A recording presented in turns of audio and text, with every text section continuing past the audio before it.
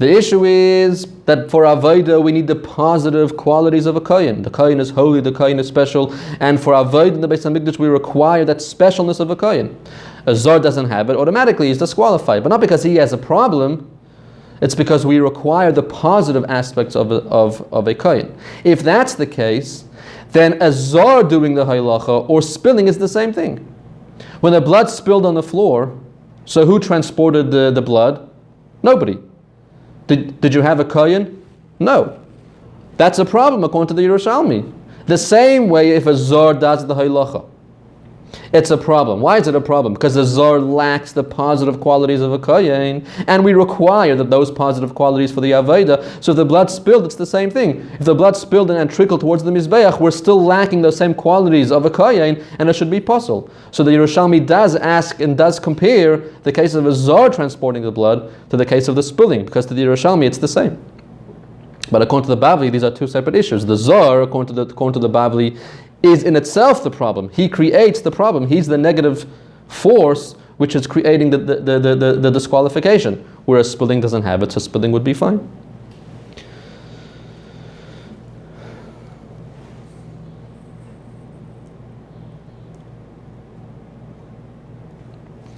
Let's take one more example of this, and then with that we'll conclude. Actually, two more examples. Let's now talk about the requirement of the right hand or the left hand. Many mitzvahs, many halachas that require the right hand specifically. And by tefillin, it's the other way around. Tefillin requires the left hand. So here too we could ask the question. Whenever there's a certain hand which is required, and the other hand is disqualified, again, what's the nature of the halacha? Is the point that we require the positive side, the qualities of, let's say, the right hand, or that we have to avoid the negative qualities of the other hand? So what's the point of the halacha again? So the Harogotchover points us to a machlokes in B'chairos Daf Mem Hey Amud Aleph between Rebbe and the Chachamim. There's a machlokes about a Kohen who's ambidextrous.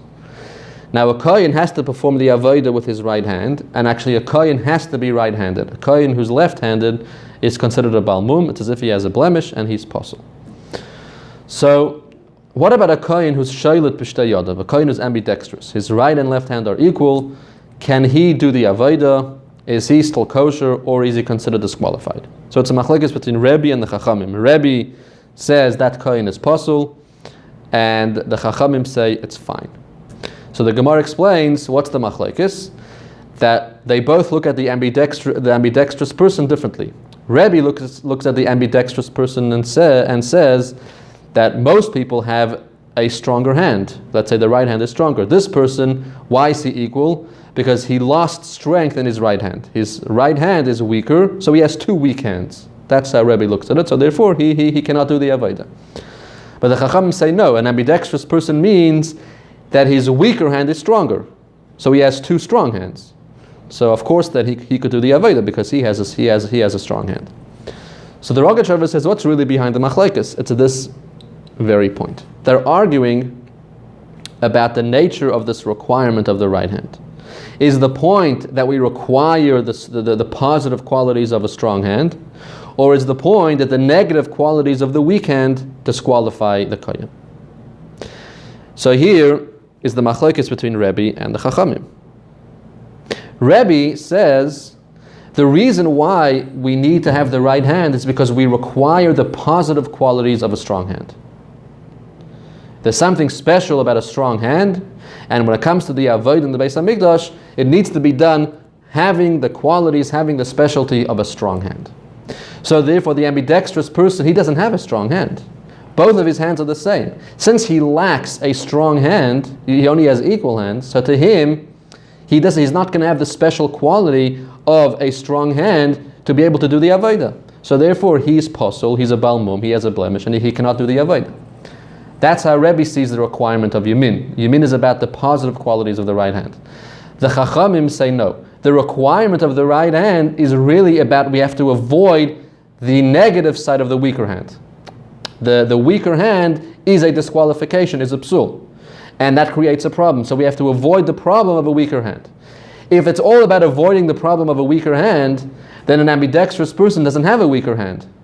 Since he doesn't have a weaker hand, he doesn't have the problem of a weaker hand. So he could do the avodah with his right hand. It's not a problem.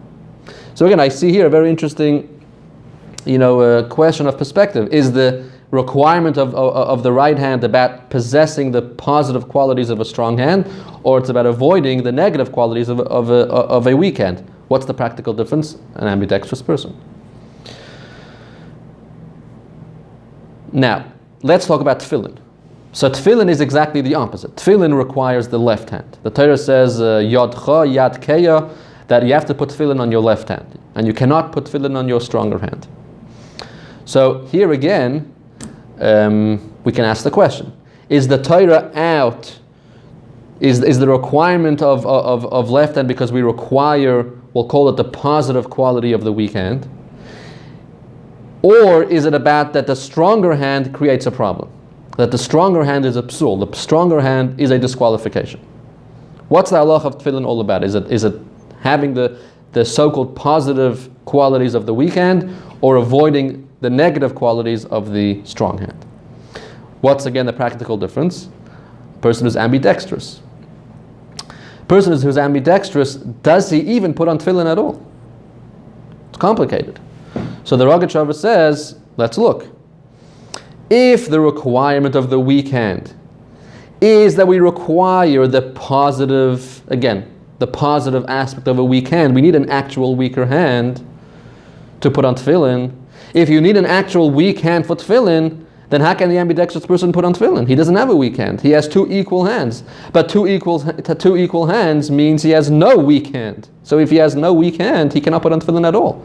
Only the head tefillin he could do, but he cannot do the hand tefillin at all. But if I say that no, the point of having the weaker hand by tefillin isn't to have the positive aspect of the weak hand, but it's so that we have to avoid the quality of a strong hand, we have to avoid a strong hand. So if it's about avoiding a strong hand, then the ambidextrous person doesn't have a strong hand, so he could put on tefillin. He's still fine. Because again, the issue would only be don't put tefillin on the stronger hand. The ambidextrous person is not putting tefillin on his stronger hand. He doesn't have a stronger hand, so he could put on tefillin. Of course, the Rambam paskins, and that's the halacha, that he does put on tefillin. An ambidextrous person does put on tefillin, which demonstrates that the requirement of the weaker hand for tefillin isn't that we require the actual weaker hand. It's more about avoiding the strong hand. Okay. So the last example, also about right and left, is about the concept of melika. Melika is the way in which a bird korban was shechted in the Beis Hamikdash. Unlike an animal that was shechted normally with a knife on the neck, melika was done by hand, by nail, and it was done from the back of the bird's, instead of the front of the neck, from the back of the neck. It was done very differently with a sharp nail of the kohen. It's called melika. So there's a Gemara in Chulin, Daf Chaf Amud Aleph, where the Gemara says that we learn from the Mishnah there that if a kohen does melika with his tooth, and a tooth which is attached to his mouth, if he does melika with his tooth, it's kosher. Okay, that's the Gemara. Melika b'shen, melika with a tooth, an attached tooth, is kosher. So Tosfos asks a simple question. He says in Zvachim Daf Samaches, the Mishnah says melika b'smoil is posel. That if you do melika with a left hand, it's posel. It's disqualified. What does that mean? That the act of melika must be done with the right hand. So asks Tosfos, what's going on over here? If the Gemara in Zvachim requires melika to be done with the right hand, then how could melika b'shen be kosher? How could you do melika with your tooth? Tooth is not the right hand, so it should be posel because you're lacking the right hand. That's Tosfos' question. So Tosfos has a whole pilpul over there.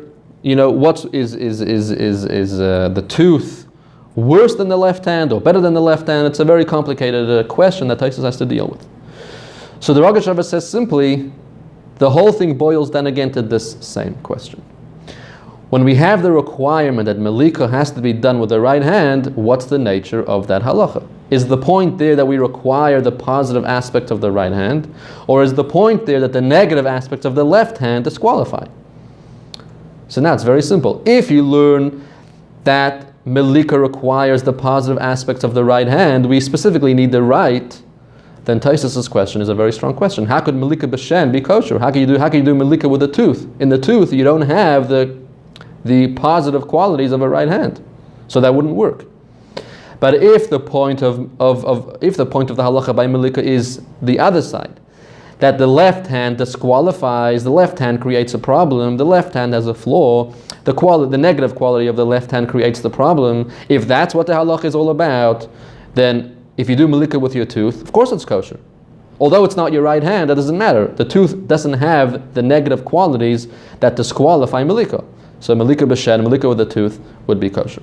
So just to summarize, all of these examples all bring us back to the same one principle, the same one method, the same system of analysis, and that is we look at a halacha where we have a kosher side and a posel side, a good side and a bad side, and we ask for what's the root, what's the essence, what's the point, what's the halacha really all about? Is it about that we require the positive side of the kosher, of the good, or that we need to avoid the negative side of the disqualification of the bad side? And we can use this in hundreds of halachas, hundreds of examples, and hopefully these 5-6 examples that we shared today would be enough to give you an idea, and now you can then take this and apply it to many, many, many other cases that you may come across. So with this we conclude the shir. Thank you again for tuning in. I hope you enjoyed, and we'll see you again by our next class. Hatzlacha.